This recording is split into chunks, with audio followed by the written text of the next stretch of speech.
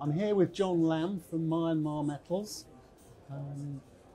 And John, can you remind our delegates what a Western Australian company, how they became focused in Myanmar? Yeah, sure, Chris. We obviously like the metals. That's probably the first place to start, particularly the electricity generation storage metals, so lead and silver, copper. Of course, I've got a background in lead, silver, zinc mining. But the catalyst was Mark Creasy. So Mark would be known to people as a well-known mine developer and mine finder.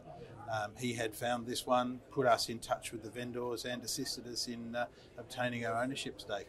So really the answer is Mark Creasy. The Bawdwin area, of course, is famous in the mining industry. I believe it was first mined in the 15th century, and famously Herbert Hoover was involved some while ago. Can you remind us how it came back to fruition? Was it Creasy, or has something else happened in the recent past? Yeah, well, you're right. It's a very famous area, discovered by Chinese artisanal miners as long ago as the 1400s. And yes, you're right, Hoover was involved. He re-engineered and built a modern mine there about 100 years ago. This was in fact the mine that made Hoover his fortune. So that's what enabled him to then go and do his humanitarian work that took him to the presidency. He got it from this mining operation. It ran till World War II. The war ran over the top of the mine, and that was really the end of that. It was nationalised, very, very low production levels. So it's been effectively on ice, sitting in the bush there for 70 years now. Right.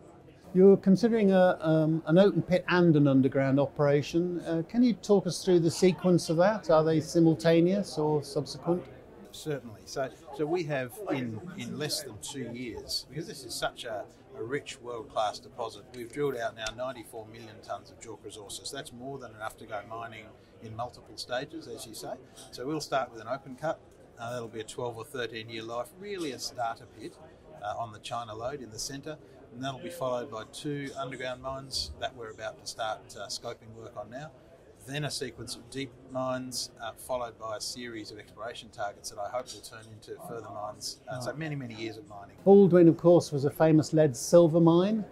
Can you explain what the likely balance of commodities is going forwards?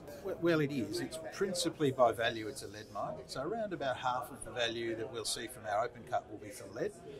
Of the remainder, about 60% will be from silver, the rest from zinc, a little bit from copper. Now that will change though if our copper targets turn into resources. So we have a couple of really good high-grade targets. Bawdwin is more correctly thought of as an entire mineral province. So multiple deposits on the site. There were multiple Chinese-era workings. We've counted 35 of them. And so we've got many, many years of exploration. And so that may well change the balance over time. Your property's in the middle of Myanmar, fortunately some distance away from the problems in the north.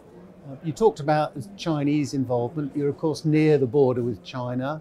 Will you be able to benefit from being that close? The One Belt One Road runs right through Myanmar and not far away. Right. We're 230 kilometres by road from the Chinese border, and that is the obvious market for our product. So we'll definitely take advantage of that. The Chinese have built a railway to the border crossing, so our product will be delivered onto the train at the Chinese border. I love Myanmar, so I shall be looking forward to coming to see you. Fantastic. Thank you very much. You're welcome. Thank you, Chris.